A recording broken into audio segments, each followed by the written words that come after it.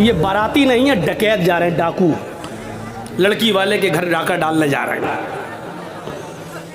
वहां जाके बैठ गए साहब, जैसे इनके बाप का घर हो।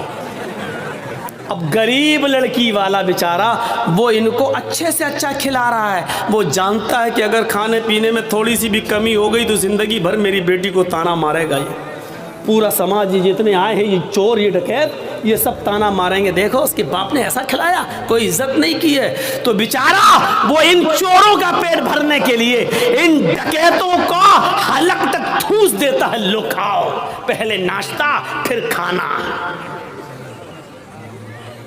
यहां तक ठूस देता है उसके सिर्फ इसलिए कि मेरी बेटी का घर बस जाए। जबकि उसका कर्ज अदा करने के लिए बेचारा सालों साल उसका ब्याज देता रहता है, लेकिन कर्ज अदा नहीं।